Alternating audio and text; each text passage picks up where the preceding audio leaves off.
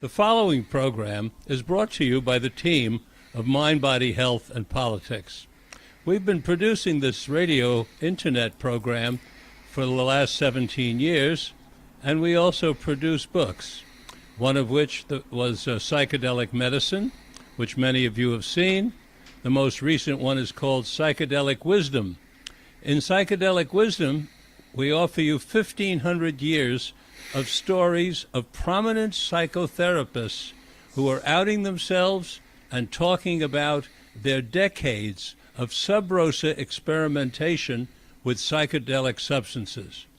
Coming soon will be Sex Unveiled, followed by Grateful Death, Psychedelics at the End of Life. In addition, a fifth book is called Psychedelic Psychotherapy. I refer you to all of them. If you want to know more about our team and what we're doing, or if you'd like to hear archives of our program, please go to the website, Mind, Body, Health, and Politics. And now for the program. Welcome to Mind, Body, Health, and Politics. I'm your host, Dr. Richard Lewis Miller. The mission of Mind, Body, Health, and Politics is to enhance physical and emotional well-being and encourage community. I say encourage community because I believe that human beings are basically friendly tribal animals. We like to hang out together, we like to be together, we like to do things together, and we're basically nice to one another. When we know each other by name or at least by face, we tend to be quite collaborative and cooperative. However, we must also acknowledge that a very small percentage of us are greedy, avaricious, dangerous predators. And if these people are allowed to take control of the rest of us, and the rest of us is over 95%, but if we allow them to take control, they would have us once again be subjects rather than citizens. In the words of Thomas Jefferson, eternal vigilance is the price of liberty. Our guest today on Mind, Body, Health, and Politics is Andrew Penn, a psychiatric nurse with the University of California in San Francisco. Welcome, Andrew. Thank you, Richard. Thanks for having me. You're welcome. So today we want to talk about your work at UCSF, particularly in the area of psychedelic research and the use of psychedelics in treatment. Let's start out with the research. Please share with us what's going on at UCSF that you're involved with. Yeah, absolutely, sure. So I'm trained as a psychiatric nurse practitioner, trained at UCSF, and I'm now currently a clinical professor there at UCSF in the same program that I trained in. And part of my role in that faculty appointment is that I work with the Translational Research Program in Psychedelics, the Tripper Lab, which is run by Dr. Josh Woolley. And we have been part of a number of different research projects. We worked on the MDMA-assisted therapy protocol for PTSD that was sponsored by MAPS. And then we were also a phase 2 research site for a study of psilocybin assisted therapy for major depression. And we're currently running a couple of different trials, most notably one on people with depression and comorbid Parkinson's disease. And we'll soon be starting a study looking at people with bipolar 2 depression and a treatment with psilocybin-assisted therapy. So in that research capacity, I was the co-principal investigator for the major depression study.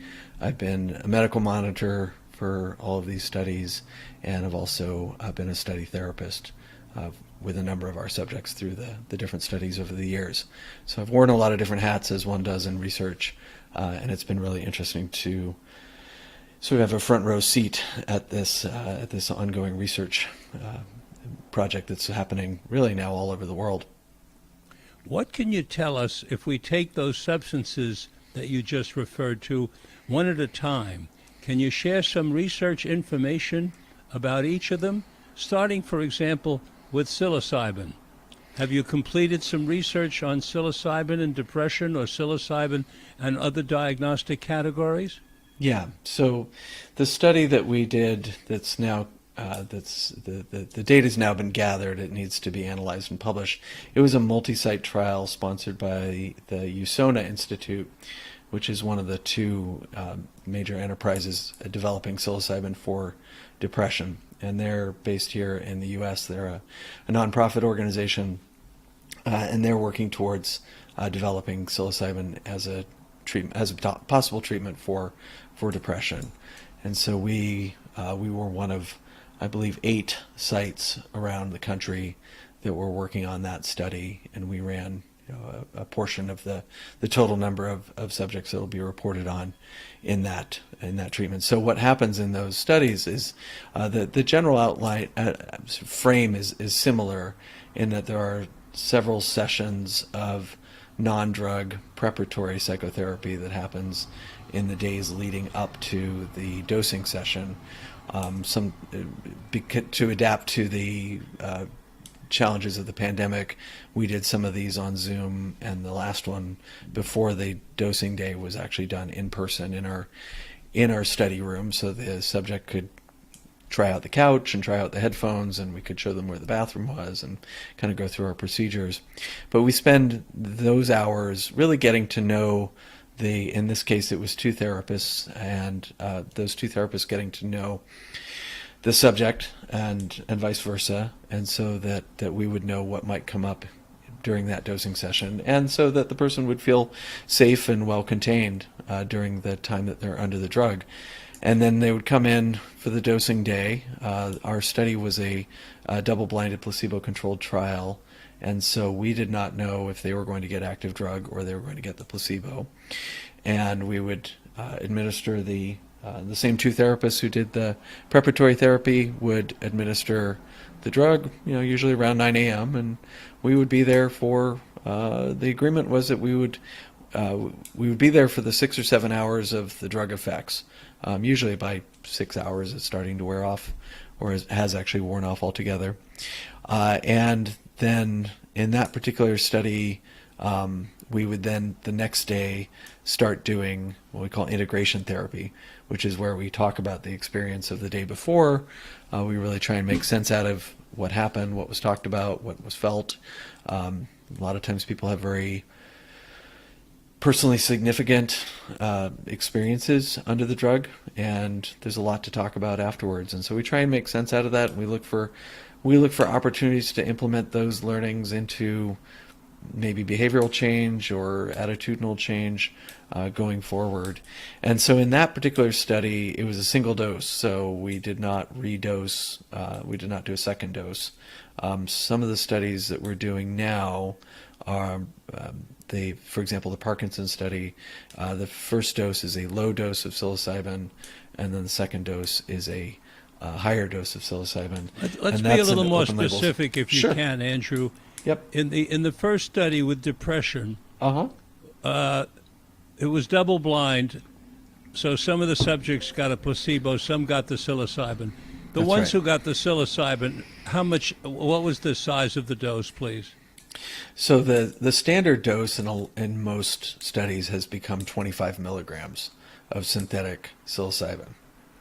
So you got to remember, we're not using ground up mushrooms in any of these studies because the FDA would not allow that.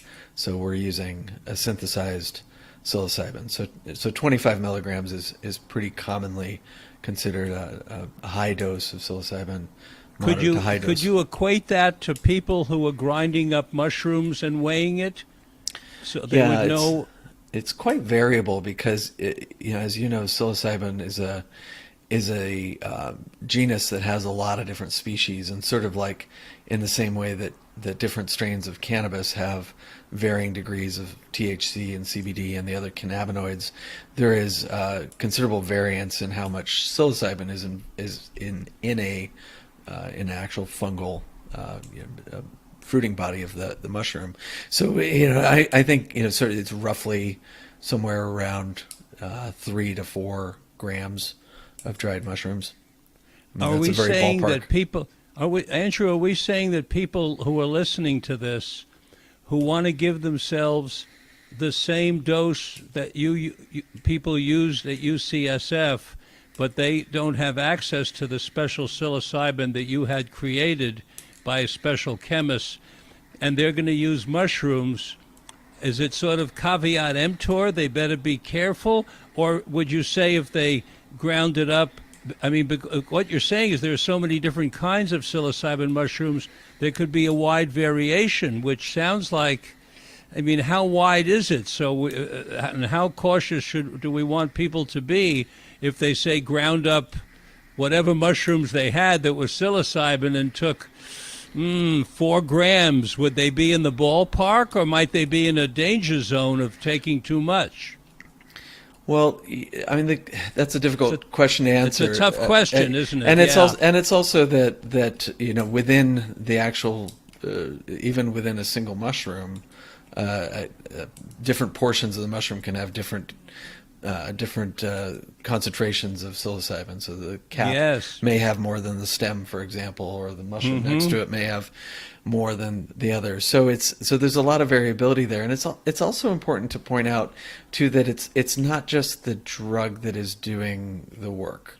So it's a combination of drug plus psychotherapy that is what we're studying here. And so while somebody certainly could try and attempt this at home, I mean, first of all, I wouldn't necessarily endorse that, and I wouldn't necessarily expect to have the same outcomes, because typically when people are doing this in that kind of more, shall we say, recreational setting, they're not working with 2 therapists. They're not necessarily setting out with the intention to work on some of the issues that our subjects are looking at. So our subjects specifically had to they had to have a diagnosis of depression of a certain severity, and without particular comorbidities, for example, like they couldn't have uncontrolled hypertension or heart disease, and it's a different context.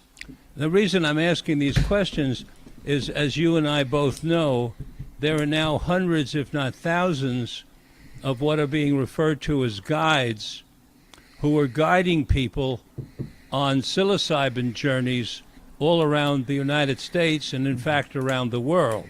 And we all know that. Sure. And we also know that they're using protocols that are very similar to the one you described and very similar to the one that Roland Griffiths originally used at the Johns Hopkins experiment, because the word is out. In fact, I had Roland on this very program many years ago when he first did that experiment. So we have these people doing this work, and therefore it's incumbent upon us to be as open and as possible about what we know, in order to be as careful, or to let the word go out to these people who are doing this about the care they need to take. Because from what you're saying right now, these guides could be using mushrooms and delivering what they think is a particular dosage, and it may not really be that dosage. That's right. That's right. And we don't know if we don't know if we'll get the same results if you take these same protocols in a different setting with people that have different backgrounds and different training. That really hasn't been studied. Right. So it's a reasonable supposition that it might have the same effects, but we don't know. I mean, there's a lot of things. We're really engaging in a lot of rampant speculation in this space right now, and a lot of sort of implying that things will work in the same way. And honestly, we just don't know if that's the case. It may well be, but we don't know. And so I think that remains sort of uncharted territory. And the dose and in the case of botanical mushrooms, the species of psilocybin that are being used, that's just one variable that's different than what we're doing in the studies. So there's arguably dozens of other variables that would be different than what we're doing in the studies. And so to say, well, taking mushrooms at Hopkins reduce people's depression, end of story, that really doesn't flesh out the nuance here. And I don't think you can necessarily make that leap without more careful study. Mm-hmm. Now, have you had time to follow up your subjects after the protocol was administered? Yeah, so there is longer-term data that's being gathered by the sponsoring organization, USONA, but no, that has not been published yet. And in fact, the study, our study, has not yet been published. It's in preparation right now. So we don't know yet whether the depression was alleviated over a period of time as a result of that particular protocol, but we're going to find out more when the data is analyzed. That's the goal. Yep. That's the goal. And suppose someone or people are listening to this and they would like to apply to be subjects at one of your experiments. How might they go about doing that, Andrew? Yeah, so the website for our lab is psychedelics.ucsf.edu, so pretty easy to remember. But I would refer people to clinicaltrials.gov, which is really the best way to find clinical studies on any particular indication. It's a fairly simple website to use. It's maintained by the National Institutes of Health, and you would go in there and put in the treatment being psilocybin and the condition, for example, being depression. I mean, there's also studies of psilocybin in other disease states, and then you could see where the studies are being done. You can usually see a very basic inclusion and exclusion criteria. For example, some of these studies, you need to be living within a certain geographic radius of the study site, and that's for sort of practical reasons. Of many of these studies have multiple visits that need to be done, and so having people that live 500 miles away isn't very practical, for example. But that website will list all the studies going on, actually internationally, if they're registered with National Institutes of Health, and it makes it much easier to find these studies.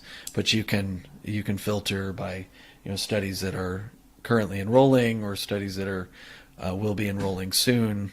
There's different ways of filtering the data, but clinicaltrials.gov is a very user-friendly website. Clinicaltrials.gov, everybody. Mm-hmm. Clinicaltrials.gov. That sounds like a very important piece of information. Thank you for that.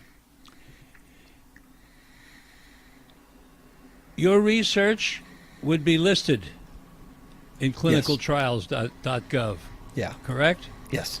So if somebody in the Bay Area, because a lot of our listeners are in the greater Bay Area, wanted to apply to your program, they would go to clinicaltrials.gov, and then they could use the filters in order to get to the UCSF program. That's right.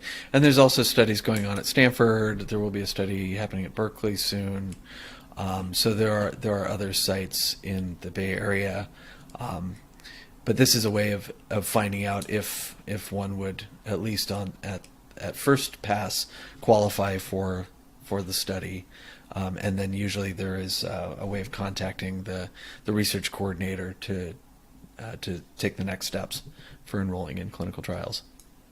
Now, Andrew, San Francisco has recently passed a law, as I understand it, legitimizing psychedelics that are grown, that come from the ground. Do I have that right, or do you know much about that? I do believe there was a resolution passed by the Board of Supervisors decriminalizing certain psychoactive plants. Yes, I'm not conversant on all the details of that law, but it seems to be part of a larger kind of decriminalization movement that we're seeing. And we saw that in Oakland, we saw that in Denver, and now Colorado has recently passed a law similar to Oregon's, creating a pathway for supervised psilocybin use, like they're currently working on in Oregon. Do you think the fact that UCSF is in San Francisco and San Francisco passed this resolution, might that have a positive effect on your ability to do research, or are they independent factors? Yeah, they're independent of each other. Those are really two kind of related but separate phenomenon. So our research is done under, so we have a Schedule 1 license to be able to work with these substances because psilocybin, still remains a Schedule 1 substance under the Federal Controlled Substance Act.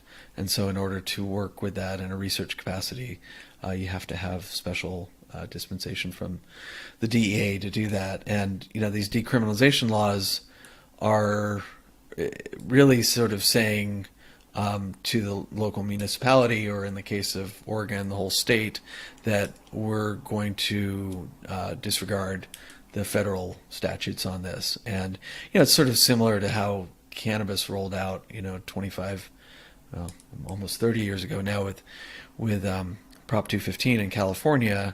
It's easy to forget that, with 35 plus states now with some level of legalized cannabis, that cannabis still remains illegal under federal law. It's still a Schedule 1 substance. Whether or not that makes sense or not is a totally different conversation. But the fact of the matter is that it is still a scheduled substance, and the feds, since Clinton's time, have sort of opted not to enforce that law. But it does still remain a Schedule 1 substance. And, if we remember from our high school civics class, that federal law does trump state law in these cases, but the feds have to enforce it. So these measures are somewhat symbolic. I really think they reflect, a greater interest in decriminalizing personal use of substances. It does create sort of murky areas with regards to commerce. I recently saw up in Oregon somebody has opened up a mushroom dispensary, which is specifically in that law was not part of it. So they were saying, we don't want to create a sort of cannabis dispensary type model. We want to have these supervised sites where people can have this experience under guidance. And this wasn't really intended just to have people go out to mushroom shops and buy mushrooms. I want to be clear that I am no fan of prohibitionist drug policy. I don't think it works. I think we have plenty of history to show that it doesn't work. But there are a lot of different streams that are kind of in parallel to each other within psychedelics. So there's the clinical research end of things, which I'm deeply involved in, and then there are all these sort of cultural paradigm shifts that are happening, and decriminalization is one of those. But they don't really they are somewhat separate from each other. Do you know anything about the nasal spray of psilocybin that one of the companies has manufactured and is selling? I'm not familiar with a nasal spray. No, we were doing some work with a company called Filament that has created has extracted psilocin from the fungal matter, and is developed a product that is a sublingual administration of psilocin.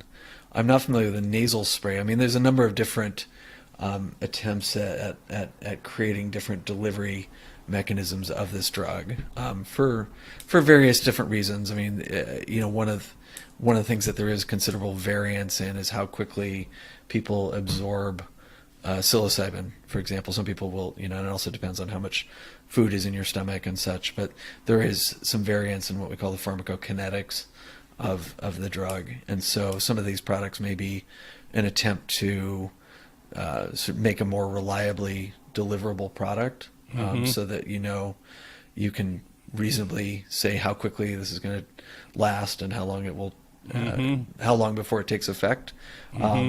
There's also a lot of interest because one of the possible challenges with future psychedelic therapy is the amount of time that it takes. And so, for example, our study session is really an all-day session. But the person will they get there at, say, 8 a.m. We get them settled. We get their vitals. We go down to the pharmacy. We get the drug. They take it, say, 9:15. They're going to be under that drug probably until 3 or 4 o'clock, and we're going to start winding up around 5. It's shorter than LSD, but it's still a long day, and so things like ketamine, are much shorter acting. Ketamine lasts for about an hour and 15 minutes. other drugs like 5-methoxy dimethyltryptamine, 5-MeO-DMT, last even less time than that. Can last 15-20 minutes. So there's interest in looking at other compounds that maybe don't take as long to have an effect, because just from a healthcare economic standpoint, that's a lot of therapist time spent for that return. I mean, I think it's time well spent, but it is time consuming. Well, it is, and one of the things that concerns me about your research and about Roland Griffith's research and some of the other research that I've encountered on psilocybin as well as LSD is so often there are two therapists involved, and that's setting a kind of precedent which is going to be unrealistic in the real world, because only the very wealthy will be able to hire two therapists for 6 to 8 hours. So it won't be available to probably 99% of the public. So I agree with what you're saying. Other substances and other tactics are going to have to be involved. You mentioned physiology. So before we go on to the next one of your next research projects, tell us about the physiological effects of the subjects who received the actual psychedelic medicine. Tell us about their heart rate, their blood pressure, and what other measurements you took.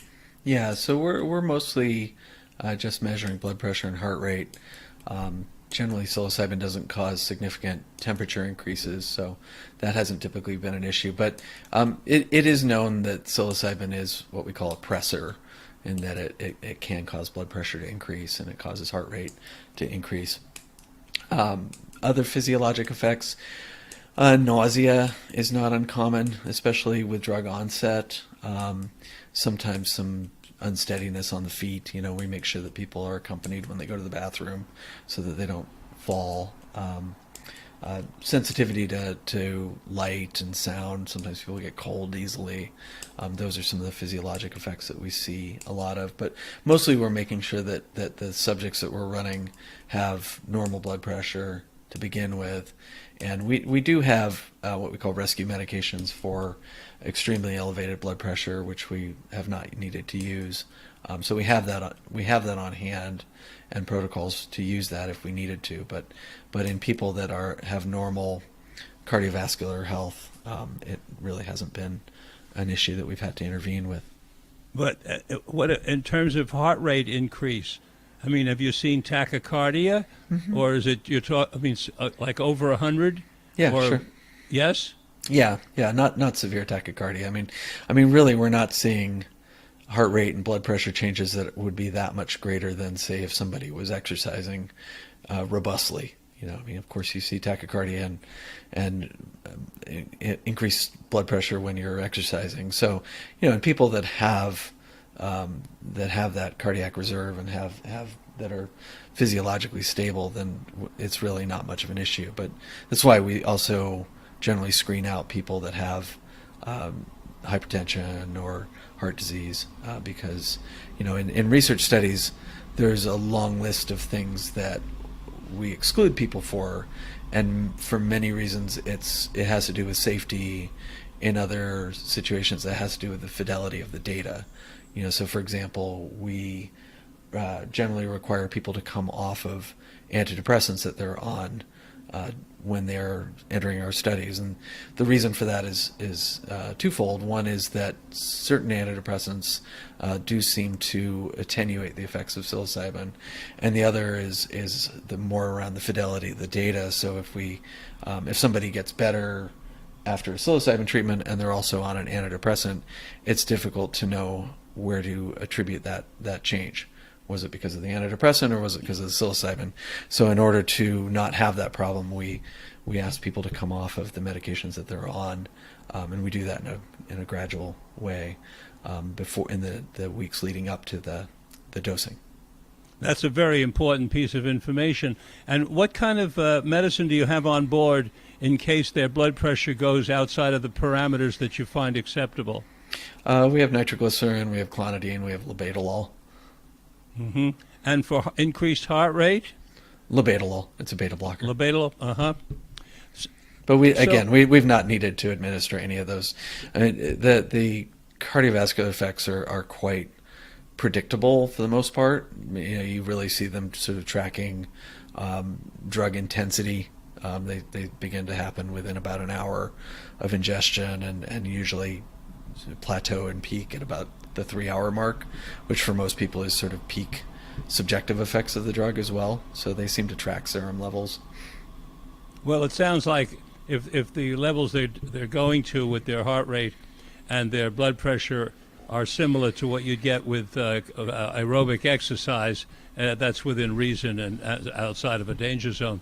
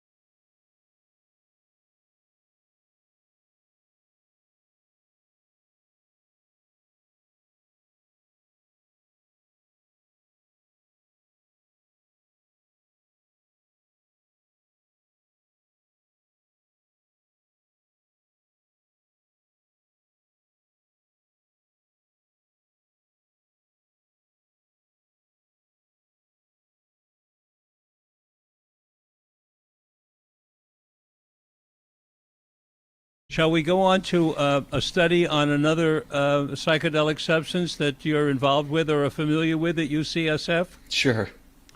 Okay, you pick one this time. Well, I can talk a little bit about the MDMA for PTSD study that we were Please, that would be great. Yeah, so this is a fairly well-known study, probably to a lot of your listeners. This is the large study that's approaching completion at last after many years of work. That's sponsored by MAPS, which is the Multidisciplinary Association for Psychedelic Studies, and this is the study that's looking at a protocol of 3 doses of MDMA-assisted therapy delivered about roughly sort of 4 to 6 weeks apart. There's a number of non-drug sessions that happen before and between and after the MDMA sessions, and the target condition here is post-traumatic stress disorder. So our lab was part of, the study is wrapping up what is known as a phase 3 study. So for people that aren't familiar with drug development, there's really 3 phases to it. Phase 1 is very basic safety and sort of dose finding, done with a very small number of subjects. Phase 2 is sort of proof of concept. So this is where you're looking to see if it actually treats a clinical condition in a smaller number of subjects, and you're looking to see if it can be done safely, or at least to begin to identify what the known risks are. And then phase 3 is typically, it's usually 2 large studies with often several hundred subjects in that study, and the idea there is to see if that proof of concept holds with a more diverse and larger population. So that's really an attempt to sort of approximate how well it might work in a larger clinical population.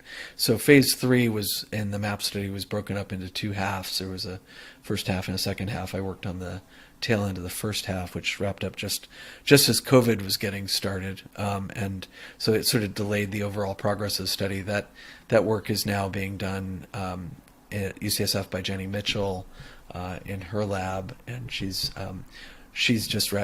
one of many sites in that multi-site trial. That's another thing in phase 3. Phase 3 is often done as a multi-site trial, and the reason why you do that is that way you can see if the findings are replicable when different clinicians are delivering the treatment. Because if it just turns out, well, you get these results because you have an amazing therapist at this one site, you want to see, do you still get the same results when you have variability in the subject and the sort of the clinicians that are involved in giving it. So phase 3 studies are often multi-site to account for that, and UCSF had one of those sites, and I believe they've run their last subjects, so that and I believe the last subjects for that study are finished up now, so they'll go into data analysis and hopefully publication of that very soon, and that will also involve, if the findings are positive, that there will be a submission to the FDA for what's called a new drug application. So that would be the mechanism by which this would be approved by the FDA for treatment by clinicians. Would you be willing to venture a guess regarding amount of time before that submission to the FDA might realistically take place, given that there are so many sites that are doing the research simultaneously? Yeah, I believe all the sites have wrapped up their, if they've not finished running their subjects, they will be very close to it. My understanding was before the end of the year that those sites would be done running the subjects, and that data would go into analysis, if not now, within the first month or two of the new year. And the intention, my understanding from MAPS, is to submit that data to the FDA in the beginning of 2023, with hopes of, if it's positive, that there would be some form of FDA approval by the middle or end of 2023. So it could very well be right around the corner. I mean, it's important to put a fine point on that. That there's a lot of people that sort of talk about that this is going to legalize MDMA, and that's not really true. I mean, what it will do is it will lead to a rescheduling of MDMA off of Schedule 1, because it will be shown to have a medical use. And Schedule 1, by definition, has no medical use and has a high potential for misuse. But it would only be legal for use under very specific circumstances and in very particular places. So possession of illicit MDMA would still be illegal. And so there's a lot of sort of, I would just call it unclear reporting in this space, and a lot of hype. And one of the things that I hear of a lot is that this will legalize MDMA, and that is true in a very specific way, but not for general public consumption. I think there's a belief out there that if MDMA is changed from Schedule 1 to Schedule 2, physicians will be able to prescribe it. Is that accurate? No, no more so than being able to prescribe, say, a surgical anesthetic. So, if you've had a colonoscopy, for example, you probably had a drug called Versed, midazolam. It's a benzodiazepine. It's used in procedures all the time because it eliminates, it sort of relaxes you and eliminates any memory of the occasion, which for colonoscopy is probably something you want. I believe it's a Schedule 3 drug, so it's totally prescribable, but it's never something you would go and pick up at Walgreens. So it's prescribed in a very particular specific setting, and that'll be the case for MDMA as well. If it is approved, it will be in a very specific setting, and there'll be another layer of regulation on it, something called a REMS program, which is a risk evaluation and mitigation strategy, which the FDA requires for drugs that are more complicated or more risky to use. So, for example, a drug that some of your listeners might be familiar with, Suboxone, which is a treatment in addiction medicine for opiate use disorder, is a prescribable drug, but it requires there are other regulations in addition to it being a prescription drug. So the number of patients that you can treat, for example, the kind of training you have to prescribe it. For some REMS, there's a REMS for esketamine, which is the nasal spray antidepressant form of or the enantiomer of ketamine, that says that the patient has to be kept in clinic for 2 hours after the delivery of the drug, and this is never to be a take-home drug.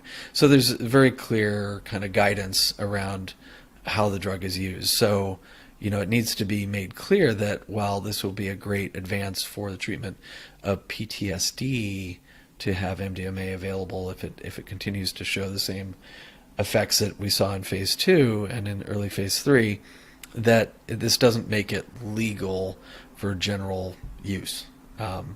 And that may come as a disappointment to some people. I imagine so. Will it be as easily available as ketamine? That remains to be seen. I think there's a number of things that we don't really know. Ketamine is widely used. So, something a lot of people are not aware of is that while ketamine absolutely has benefit as a rapid-acting antidepressant, it actually doesn't have an FDA indication for that. Mm-hmm. It was originally an anesthetic that was found to have antidepressant effects about 22 years ago. And so it's widely used in what's known as an off-label kind of way. So when you use a drug off-label, you're using it for a condition that is other than what the FDA has indicated it's used for. And that's okay to do in clinical medicine if that's a common practice. So for example, in psychiatry, we use an older antidepressant called trazodone for sleep all the time for sleep, but that's not what its FDA indication is. It's labeled as an antidepressant, but it happens to make people quite drowsy at low doses, so it's commonly used off-label for sleep. Off-label use is you have to be careful with off-label use because I imagine there's going to be a lot of off-label MDMA prescribed if we do get into a situation where it is legal to use and there's pros and cons to that. I mean, off-label use is one of the ways that we find other uses for drugs, but if it's used as sort of a pretext just to give people MDMA for conditions that have not been studied, we don't know what the risks of that are. So part of doing FDA type trials is to be able to begin to identify the risks of a drug. And we know a lot about the risks of MDMA because organizations like the National Institute on Drug Abuse sunk millions of dollars into studying the potential risks of it, sometimes with good science, sometimes with bad. So we have some awareness of what the risks of MDMA are, but we don't necessarily know how effective it is for treatments for conditions for which it hasn't yet been studied. So maybe it helps with eating disorders, but we don't know because those studies are only just now being done. It's a reasonable supposition, but until you have the data, you can't say that it works. You got to prove it. But what we do know from before it got scheduled, and I know as a clinician, is that it's very helpful in couples psychotherapy. Yeah, absolutely. There's a great history of that. The pre-prohibition use with Leo Zeff and colleagues. That he was a good friend of mine. Oh, yeah, yeah, and I think these are all things that need to be studied and should be studied, and hopefully the rescheduling of the drug will make it easier to do those studies. But I do take a position of reasonable caution. I think there's there's a lot of exuberance in the psychedelic space right now, which is understandable because a lot of these conditions for which we are seeing if these are viable treatments, we don't have good treatments for. We don't have great pharmacologic treatments for PTSD, for example. So I get why there's an impatience and there's an urgency, and it's if we get going too fast and without really thinking this through, we really run the risk of imperiling the whole enterprise. And this is where I get a little testy with people that want to rush into this sort of headlong, is that, a lot of people, myself included, have spent a good chunk of their careers trying to get this to this point. And rushing into this kind of recklessly really runs the risk of fueling a backlash and of having this be pulled off the market and rescheduled back to Schedule 1. Because the other thing to remember is that FDA approval is really only just the starting point. It's from that point, then we can figure out how this is used clinically, where this fits into existing treatment paradigms, and we start to also see risks that were not yet identified in clinical trials. So, for example, if there's a side effect that only happens to 1 in 5,000 people, you might not pick that up in a clinical trial of 500 people, but you will when you give it to 5 million people in the general population. And so there may be risks that we don't yet fully understand that we want to understand them, and we want to mitigate those risks. And some people, for example, may need a lot more psychotherapy than we've been doing in the studies to date. That may be fine for the average person, but somebody who has a lot more trauma or a lot more issues around attachment, for example, complex PTSD, may require a lot more care and treatment than somebody who has a more straightforward kind of PTSD. Well, I'm with you on the importance of caution. I'm also a person that's been waiting for over 50 years for a research to be allowed, and it's been a very long wait, I can tell you. With regard to MDMA, I know that there's evidence of cardiovascular effects, but I also know that from anecdotal data, we've had tens of millions of people using this, and we do not have an inordinate number of people going to emergency rooms as we have with fentanyl, with cocaine, and with heroin. And I would think that those tens of millions of people around the world who are using this would count for something. In terms of, when you say 1 in 5,000, we're talking about millions, and yet we do not see headlines of people dropping like flies from MDMA, whether it's even at raves where they're getting overheated and they're getting dehydrated. We've had a few problems, but it's really been quite negligible when you add the whole thing up around the planet. Right, and that existing data around safety and what's been known from the more NIDA funded studies in the past that were looking really more at the potential harms of the drug, were some of the things that allowed it to get breakthrough status. is that MAPS could make a case that there was a fairly large amount of safety data, and that the risks, because MDMA, like all drugs, has risks, has side effects. For example, hyponatremia, which is a sudden drop of the sodium in your blood, it can be quite dangerous. It can cause your brain to swell. Often when people die from MDMA toxicity, it has to do with hyponatremia leading to sudden brain swelling, which causes a person to die. That is a known risk of the drug. It can be mitigated through various forms. Harm reduction folks talk about this a lot. The old sort of story that you had to drink lots and lots of water on MDMA is actually dangerous, because drinking lots and lots of water will flush the sodium out of your body, and that's actually quite dangerous. So you do need to drink fluids, but you don't need to drink excessive amounts of fluid. And that a hot, sweaty basement rave might be a lot of fun, but it might not be the safest place to be taking a drug that causes that could cause electrolyte problems and hyperthermia.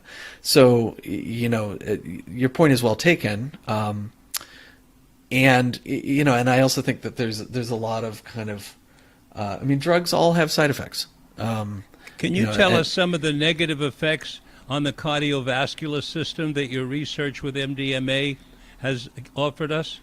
Yeah, similarly, we monitored blood pressure and heart rate and temperature on these drugs. And you do see, with MDMA, similar to psilocybin, you do see some transient increases in blood pressure and heart rate. Nothing like you would probably see if you were dancing in a hot nightclub. Temperature increases were fairly negligible from the subjects that I saw. We'll see what the data says in aggregate with all the subjects, but really, there is a known risk of some increase in blood pressure and heart rate. So, again, this might be the kind of thing where if you have normal cardiovascular health, you're fine, but if you have unstable hypertension or you have heart disease, this may be contraindicated. Did you have to take action to mitigate the effect of the MDMA with regard to cardiovascular response, or was it similar to the psilocybin, where there was an increase, but it was within reasonable parameters, and you did not need to administer additional medicines? I don't believe there was any need for any cardiovascular intervention in the first half of phase 3 that was published. The second half hasn't been published yet. And in the first half, how many subjects? There was 90 subjects in that study, I believe. Okay, that's a decent end. Mm-hmm. Yeah.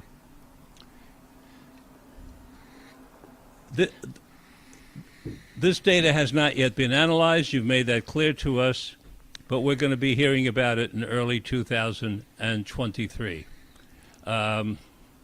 Again, for those of you who might want to participate in an MDMA study at UCSF, clinicaltrials.gov. I'm going to keep reminding you about that. That was a tremendous piece of information that Andrew has shared with us to make it easy for all of you who want to volunteer and be subjects in one of these studies.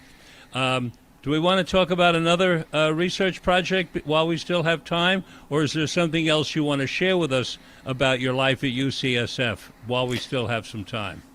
Sure. Well, why don't we switch gears a little bit? So one of the things that I've done a lot of work, so I'm a nurse by training. I'm a nurse practitioner. And one of the projects I've been part of is starting an organization or co-founding an organization called the Organization of Psychedelic and Entheogenic Nurses.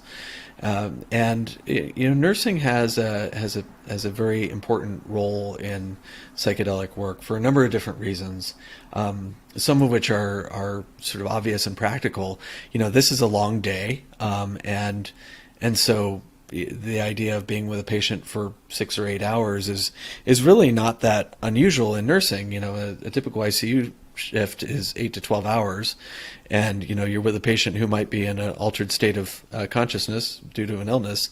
So the idea of being with a patient for a long period of time and supporting them while they heal is a very familiar idea to nurses, and that nurses really center the phenomenon of care as much or more so than cure. If we happen to cure, that's great, but we can always provide care for our patients. And it's really the quality of the care which probably has a significant determinant on the outcome that people get from these treatments. And so in these, what I've done some writing with people such as Janice Phelps, who started the California Institute for Integral Studies Certificate in Psychedelic Therapies and Research. She and I co-authored a paper with Gene Watson, who's a well-known theorist in the nursing space, about really creating that container of, or co-creating that container of care with the patient, so that the patient and the clinician both collaborate to really create this space that is going to be held for healing to occur during the psychedelic session. And that's something that nurses are very familiar with. I think nurses provide care as sort of second nature, but care is one of those things that's sort of like oxygen. You really when it's not there. You're very aware of its absence, and sometimes its presence we just sort of take for granted. But just to sort of underscore an earlier point about that, it's not just about the drugs. It's really about this experience, which ultimately is probably what makes it healing, and that space of care can be held well, or it can be held poorly, or it could be considered unessential. And that's really my biggest concern, is that as we move towards greater efficiency, market forces tend to squeeze, or they tend to attempt to squeeze what appears to be inefficient out of any system in order to sort of maximize profit and maximize market penetrance and such. And so one of the things that I think will probably go away as this becomes closer to commercially available is the two therapist model, which may be okay. We don't know. We haven't studied it yet. Can you do the same work with one therapist just as safely and just as effectively? We don't know. And there's going to be other things that are probably there's going to be an attempt to reduce the amount of care that is delivered during these sessions, and really try and distill it down to as the sort of cheapest, most efficient model as possible. And that's great from a standpoint of access, because, as you point out, if this is only available to people that are inordinately wealthy, then that leaves a lot of people who need this treatment, who could benefit from this treatment, not available to get it. So we want to have it be as efficient as reasonably possible. But the minute we get to the point where we're losing either efficacy or safety, then we've gone too far. And we don't know where those lines really are right now, because most of the the studies to date have been very kind of enriched environments where you've got two therapists, you've got a lot of time. In the clinical world, where there's going to be a lot of demand for this treatment, there may not be as many clinicians as we would like to have to deliver it. We're going to need to figure out ways to make this done more efficiently. And one of the things that I think nursing could really step into that is that we are the largest healthcare profession in the United States. There's 3.8 million nurses in the United States. And what we're seeing during the pandemic, this was happening before the pandemic, but the pandemic just underscored it, is that a lot of nurses are burnt out, and they're thinking about leaving the profession.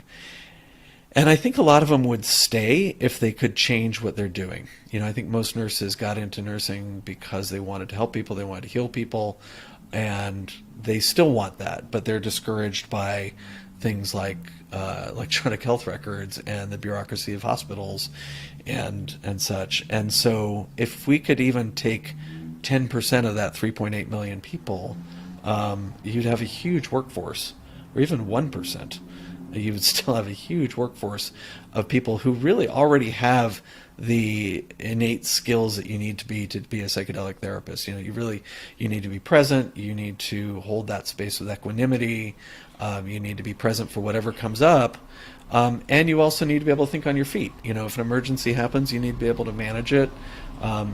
If there's a physiologic problem, you need to be able to manage that. If there's a psychological problem, you need to be able to manage that. And nurses are good at all that stuff. I mean, we're really, one of my colleagues, Wendy Marusic, says we are the Swiss Army knives of healthcare. We What's do a lot the name of of the things. organization again, please? It's Open Nurses, OPENURSES.org.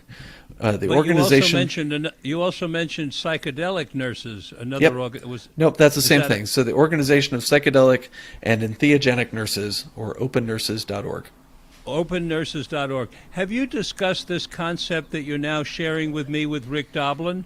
Oh yeah, Rick and I talked about it. Good. Yes. Because he's looking at starting centers all around the United States, and your nursing concept sounds like it would be ideal. Because you're right. We know it. The two therapists.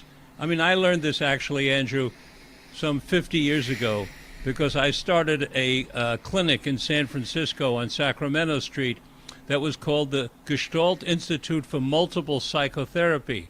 And what multiple psychotherapy meant was two therapists were in every session. That was something that I was trained for by a group in Atlanta called the Atlanta Psychiatric Clinic that was headed up by Carl Whitaker and John Workington.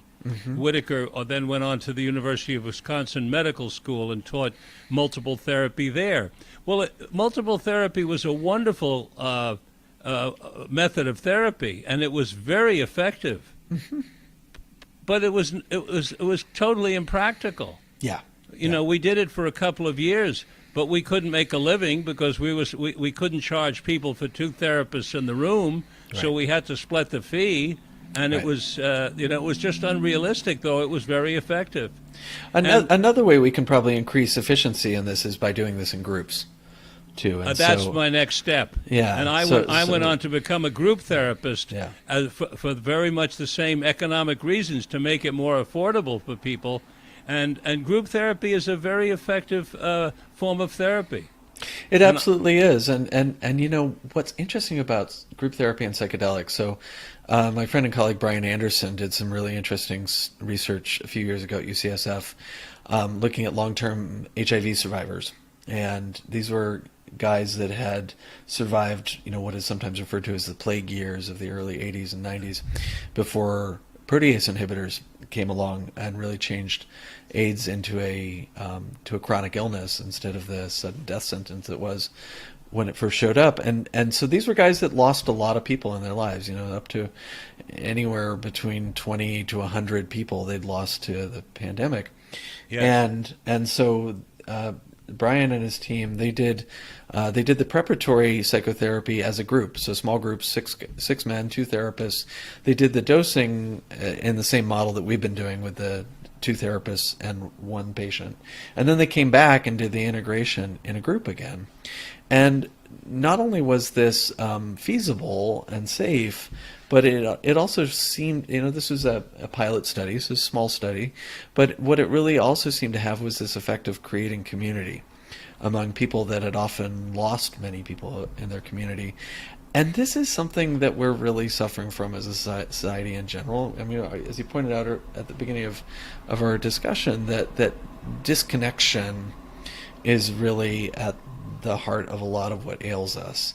And, the pandemic, the COVID pandemic in this case, really underscored that, because we spent a lot of time away from the people that we care about in our communities, and it really it's done a lot of damage. It was a necessary step for containing the virus, but it was definitely it had a real problem of disconnecting us. And so Ros Watts in the UK has really articulated a very beautiful sort of concept around depression, that depression is really an illness of disconnection, that we're disconnected from others, we're disconnected from pleasure, we're disconnected from ourselves, and that is where the suffering lies. And one of the things that's interesting about psychedelic experiences is that they often have this, they can create this experience of reunification, that people feel like they are attached to something larger than themselves.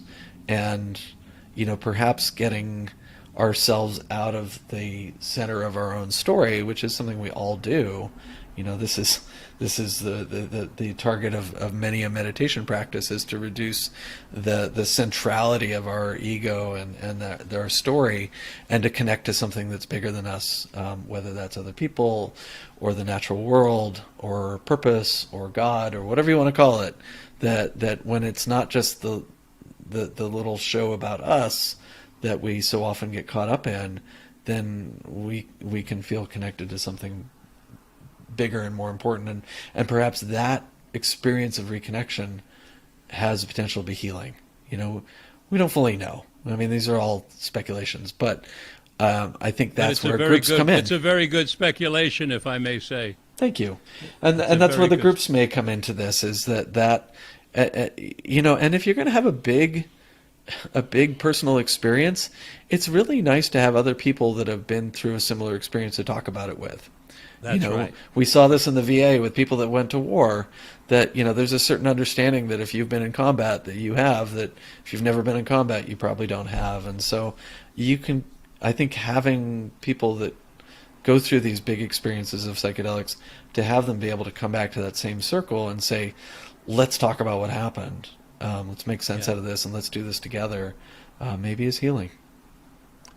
Because we really are friendly tribal animals, and we do like hanging out with one another and sharing our lives and our stories. I fully agree with you that when we get disconnected, whether the symptom is depression or some other symptom, something not good is going to happen, be it psychological or physiological. Yeah. Alienation is destructive. Mm-hmm. Yeah. Is there anything going on at UCSF? We're sort of running out of time here, so I just want to ask this last question. Is there anything going on at UCSF with regard to the use of psychedelics with end-of-life transition? There will be a study fairly soon that Brian Anderson, who I mentioned earlier, is going to be heading up along with Charlie Grobe and some other folks well known in the psychedelic space, looking at a larger study of these modalities for treatment with end of life. What's his name? What Gordon? Brian Anderson. Brian Anderson? Yeah. And maybe you can connect me with him, because one of my next books that I'm in contract for already has to do with psychedelics at the end of life. And I'm looking for people who are doing research, and I'm looking for people who have used psychedelics in end-of-life transition. It would be very helpful if you could refer to me in that regard. Sure, happy to. Yeah, and this is, some of the published studies that were done at Hopkins and NYU back in 2016, really showed that there is potential efficacy there for end of life, and that is a tremendous need. Yes. And so that is definitely something that warrants further study. Well, it's been a wonderful experience being with you, Andrew. Likewise. Thank you, Richard.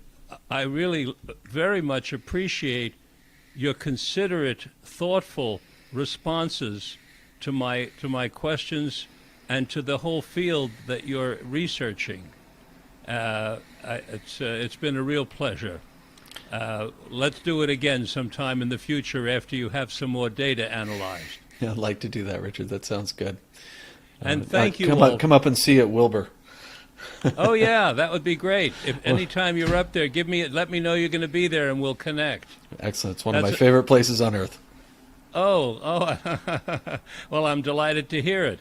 This is a whole aside, but in the 1980s, I did chemical dependence treatment up there in the Koch Enders Alcohol and Drug Program, and I utilized group therapy in every one of those sessions for a 10-year period.